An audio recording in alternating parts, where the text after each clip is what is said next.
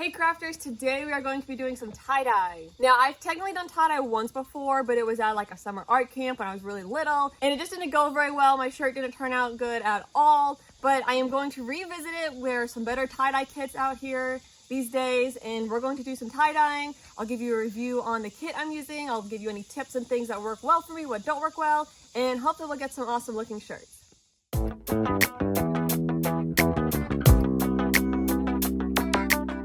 I am using this Tulip One-Step Tie Dye kit here that I got at Hobby Lobby. I got this pack with these 5 colors. The kit comes with the bottles that already have a little bit of dye in them, some extra dye packets, rubber bands, gloves, and instructions. And then we also wanted to throw in a dark green color, so we're also going to use this. Now I'm going to have another handy little bottle for this refill pack, so I'm just going to use a plastic bottle and poke a hole in the lid.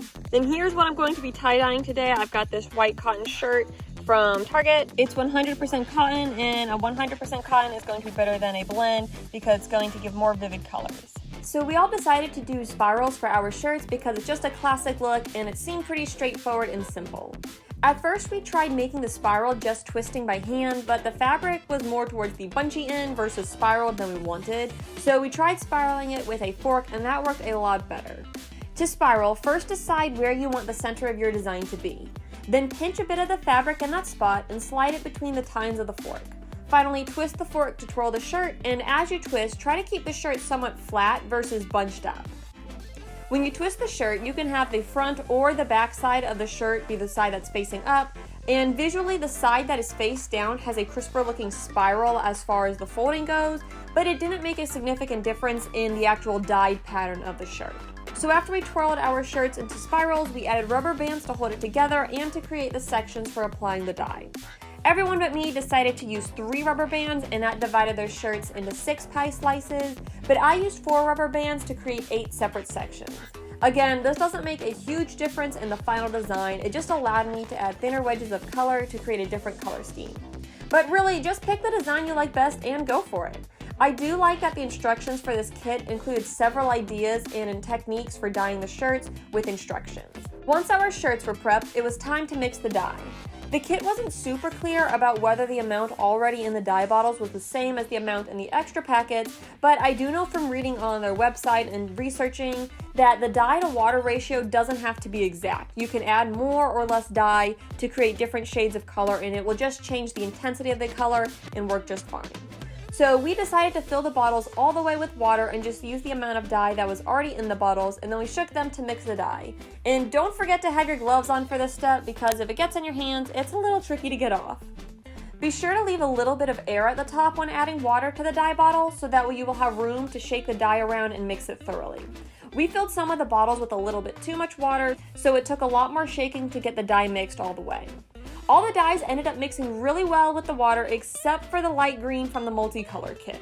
We shook that one just as much as all the other bottles, but I did notice some undissolved granules of dye when I was applying this color to my shirt. And after noticing that, I shook the bottle some more, but I could never get the dye to fully dissolve in the water. Do I think it made a big impact on the finished results? Not really. But I do think it meant the light green took a lot more rinsing to get it out completely, and I think it also caused it to bleed with the other colors more when we were washing out our shirts. So just make sure that your dye is mixed all the way. We also had that extra darker green dye that didn't have a bottle, so I just used a full packet and guessed at how much water to add. The dye package says that each pack makes 4 ounces of dye, so we added approximately 4 ounces of water. And now it's time for the fun part. It is time to dye our projects. We had already prepped our work surface by covering it with a tablecloth, and then we set a cooling rack over a cookie sheet to dye the shirts on. After the first few shirts, we also decided to line the cookie sheet with newspaper to absorb the excess dye. So to tie-dye our spiral designs, we set the shirt on the cooling rack and started squeezing dye onto each wedge of fabric. Most of the shirts we dyed while they were dry, and this meant that the colors didn't initially run as much, but it also meant less of the dye absorbed into the fabric. So if you are dry dyeing your project, don't be shy with how much dye you add. It'll all soak in eventually, but it might take a little longer. Once one side of the shirt was dyed, we flipped it over and added matching dye on the opposite side of each wedge. So once the first shirt had the amount of dye on it that we wanted, we wrapped it thoroughly in plastic wrap. You could also put it into a plastic baggie, but the point is to seal it so that the dye doesn't evaporate while it sets. And then just repeat this for your remaining projects. We did several different color schemes and patterns, and then for one of the shirts we decided to do a wet dye method. So to do so, after we wrapped the shirt, we dunked it in a pitcher of water. And as you can see, when we added dye to this shirt, the colors absorbed in a lot faster than when we were dry dyeing. Once all the shirts were dyed and wrapped in plastic, we left them to sit. Initially, we were going to wait 6 hours, but then our plans for the day changed and we couldn't rinse them out until the next night. So the good news is that 6 to 8 hours is really the minimum amount of time. I of course wouldn't leave them much longer than what we ended up doing, but if your schedule changes or plans derail, they're fine to sit a little longer. So ours ended up sitting for a total of 34 hours, and then we finally had a chance to reveal our tie-dye creations. You can pull the rubber bands off or cut them with scissors like we did. The instruction sheet wasn't super detailed on this part, but from reading online, the idea is to rinse until the water runs clear. We found that the greens and the blues took a lot longer to rinse until they got clear, and quite honestly, we didn't rinse the dye out 100% at this point because after several minutes of rinsing, we were ready to be done with this step.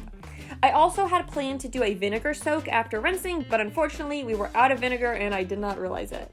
But basically, the vinegar is supposed to help the dye set so that way the colors stay vivid and don't muddy. So after rinsing the shirts, I threw them into the washer on a cold cycle with just detergent per the instruction sheet, and after washing the first time, I hung the shirts to dry.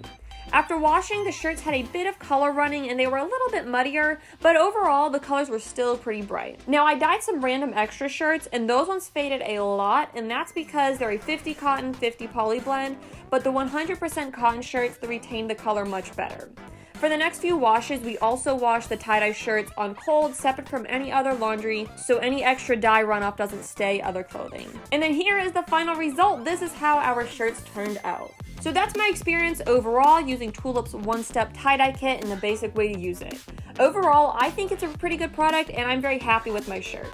I do feel like the colors were pretty true to how they were described on the packaging, and they were only slightly different because of colors blending and bleeding during rinsing, and just a little less vivid after washing than I might have liked. I kind of mentioned this earlier, but in addition to the 5 shirts we dyed in this video, I also dyed 3 more random shirts, and I also tie-dyed some yarn, and I've got a video coming out on that soon. Now by the time I got to my shirt, we had used a full bottle of one of the colors, so I had to mix up a little bit more dye to finish my shirt, but I only mixed part of the packet with just a little bit of water versus doing the whole packet, because once you mix up the dye packet with water, you need to use it within a day or so. But having said that, I have plenty of dye left over to make several more projects, and of course how many projects you can make really comes down to the size and how much or little dye you use for each item, but there was plenty of dye in this kit for everything we wanted to do and still had some left over. Something that I would do differently if I were to do this project again would be to place a blank shirt or blanket or bandana, something underneath the tray that I dyed the shirts on so that way it could catch the excess dye.